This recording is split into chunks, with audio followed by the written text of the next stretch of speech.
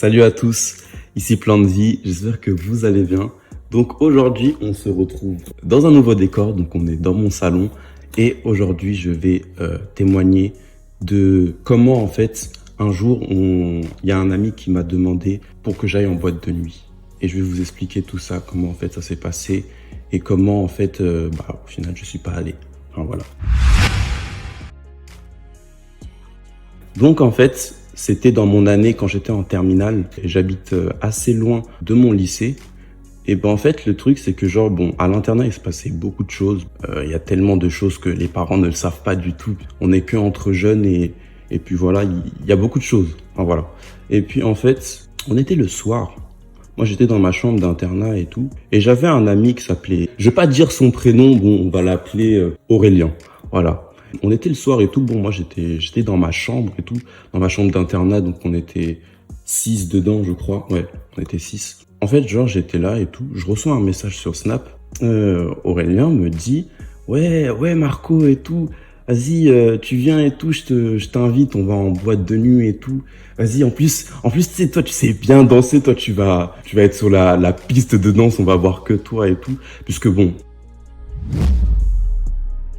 Il faut savoir que quand j'étais à l'internat, je dansais beaucoup. Je faisais mon petit spectacle, j'étais là, je faisais des petites chorés. Puis j'avais carrément un pote qui dansait avec moi. Et puis maintenant, bon, j'ai arrêté puisque je ne danse plus pour le monde, pour me faire voir. Ça n'a pas d'intérêt. Enfin voilà. En fait, le truc, quand en fait mon ami m'avait dit que bon, tu viens, on t'invite et tout, je me suis dit que déjà, tout ce qui est les ambiances de nuit, tout ça, j'étais très bien conscient de tout ça en fait. La nuit, qu'est-ce qui se passe? Puisque la nuit, on ne voit pas et il peut arriver n'importe quoi. Et j'étais très bien conscient de ça et ma mère me répétait toujours que ne faites pas les choses dans la nuit puisque le diable il est là et il rôde comme un lion et il fait n'importe quoi. Il peut arriver tout en fait dans la nuit parce qu'on nous voit pas et bon on croit que bon on est en confiance quand c'est la nuit alors que c'est une ambiance assez bizarre la nuit. La nuit c'est vraiment spécial parce que déjà tout est noir, il y a plus de soleil, c'est sombre et c'est là que tout arrive. Je vais prendre un exemple, par exemple, vous pouvez être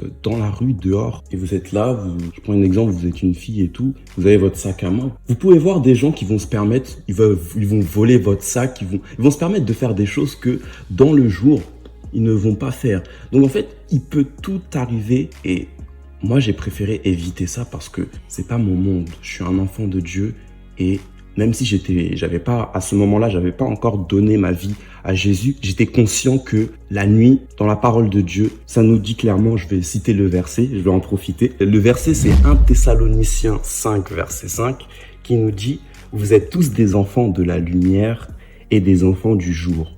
Nous ne sommes point de la nuit ni des ténèbres. En fait, ce verset, il nous dit clairement que nous sommes des enfants du jour. On est la lumière du monde. On ne doit pas, en fait, se permettre de sortir la nuit parce qu'en fait, il peut arriver n'importe quoi et on peut vite se faire influencer et aller dans des choses que nous, en tant qu'enfants de Dieu, on va s'étonner en se disant « Ah ouais, je suis allé faire le truc et tout. » Et au final, moi, je voulais pas, mais je l'ai fait malgré moi. Et c'est pas le but. Quand, du coup, il m'a envoyé le message et tout, comment j'ai réagi? Déjà, j'ai réfléchi un petit peu et tout. Je me suis remis en question par rapport à mes valeurs, à moi et de comment en fait j'allais lui répondre. Du coup, je lui ai dit que non, je viens pas, j'ai pas envie de venir. En plus, le gars était déter, hein. C'est-à-dire que même j'étais dans la chambre d'internat, il fait ouais, lui en fait, il était dans l'internat, mais du coup, je sais pas, il est parti en discret et il a dit ouais non mais on vient te chercher et tout, il m'attendait alors que bon, moi j'étais pas prêt pour aller, je n'étais pas du tout en accord. Et après je lui ai fait non mec, j'aime pas être dans un endroit où on est serré et qu'en plus bon, déjà en plus dans ces trucs là, il fait chaud, tu vois, il y a des gens, ils s'ambiancent, il y a l'alcool et tout, par-ci par-là, c'est pas mon univers à moi. Donc du coup, je lui ai répondu que non, je n'aime pas ça. Du coup, Aurélien, après la réponse que j'ai envoyée le lendemain, il est venu me voir et tout à l'internat. Il me fait « Ah mais Marco, je savais pas que t'aimais pas et tout, les trucs de boîte de nuit, les choses la nuit et tout. » Après, je lui ai bien dit que non, j'aimais pas ça parce que j'aime pas ce délire même. Déjà, on est beaucoup et en plus, t'es là, c'est un peu une ambiance à débauche, quoi. Il y a n'importe quoi dans tout ça. Et moi, ça, c'est pas mon univers. Enfin, je lui ai dit que moi, je n'aimais pas ça, mais je lui ai pas dit là ça exactement, mais qu'en gros, ça me plaisait pas. Du coup, en fait, depuis ce jour-là, ce qui s'est passé, c'est que en fait, déjà, il m'a vu d'une autre manière et il allait plus en fait me mettre dans le fait accompli. Vas-y, je t'invite quelque part. C'est bien. Parce que déjà, je me suis pas laissé faire. J'étais conscient en fait que ce n'est pas bien. Et du coup, franchement, je remercie le Seigneur parce que grâce à ça, j'aurais pu en fait me mettre dans une galère que pour sortir, ça aurait été compliqué. Peut-être que, je sais pas, si je serais allé en boîte de nuit, maintenant, j'aurais pas forcément fait ma rencontre avec Jésus et ça aurait été compliqué pour sortir de ce monde-là. Ce que je voudrais dire, c'est que quand un de vos amis ou qui vous demande de sortir, surtout en plus la nuit, affirmez-vous et dites que non, je ne suis pas intéressé par ça puisque moi, je suis un enfant de Dieu. Affirmez-le et dites-lui clairement que moi, c'est pas mon délire tout ça. Et franchement, c'est très important puisque sinon, vous pouvez être dans une galère et pour y sortir, c'est compliqué. Donc du coup, toutes les personnes qui sont dans cette situation et qui en fait, ils ont du mal à s'affirmer par rapport à ces questions-là que les personnes vont dire, ils vont proposer pour eux, tu sais, c'est une bête de sortie, vas-y, on va s'amuser et tout. Alors que pour vous, en fait, c'est contradictoire à vos valeurs. Sachez que vous avez de la valeur.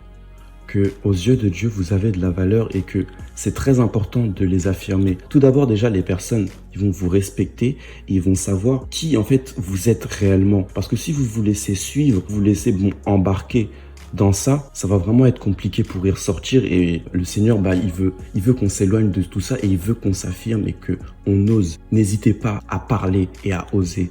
Parce qu'en fait, lui, le diable, comme il voit que vous voulez pas vous affirmer, il va en profiter. Et c'est pas le but. Vous êtes un enfant de Dieu et vous avez de la valeur aux yeux de Dieu. Parce que Dieu, il a beaucoup de projets pour nous tous. Gardez ça en tête. Si par exemple vous êtes dans la bande d'amis et que ils vous ont abandonné clairement parce que vous faites pas partie d'eux et vous voulez pas assister à cet événement, à cette soirée ou je sais pas un grand festival qui se passe la nuit et il y a n'importe quoi et vous voulez pas et ils vous ont rejeté, sachez que Dieu pourvoit en toutes choses. Il voit votre cœur. S'il voit que vous vous sentez abandonné, vous inquiétez pas parce que le Seigneur, il a prévu d'autres amis qui ne vous rejetteront pas par rapport à vos décisions. Ils vont en fait vous accepter, votre propre personne à vous, votre opinion, ils vont l'accepter. Et le Seigneur, sachez que pour vous en tout, et vraiment faites-le confiance. Faites-le confiance même si, dans la vie, on va se fier à ce qui est visuel et que quand on va se sentir abandonné, ça va être compliqué pour nous. Mais gardez espoir que Dieu combat avec vous. Dieu ne vous décevra pas et il va jamais vous descendre en vous rejetant. Dieu est fier de vous et il voit que vous voulez avancer. Donc, si Dieu est pour nous, qui sera contre nous? Donc, juste avant de conclure la vidéo, j'aimerais lancer un hashtag qui s'appelle QPV, donc question pour vous. En fait, ce petit concept, en fait, Pourquoi je fais ça? Et du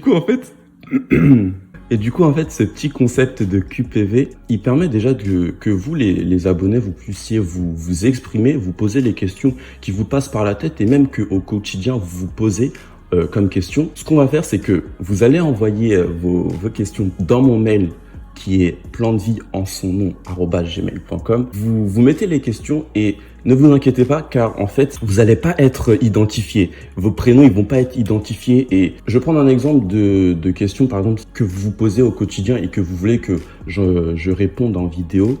Par exemple, comment sortir de la pornographie, des questions comme ça que dans votre vie, c'est tellement dur.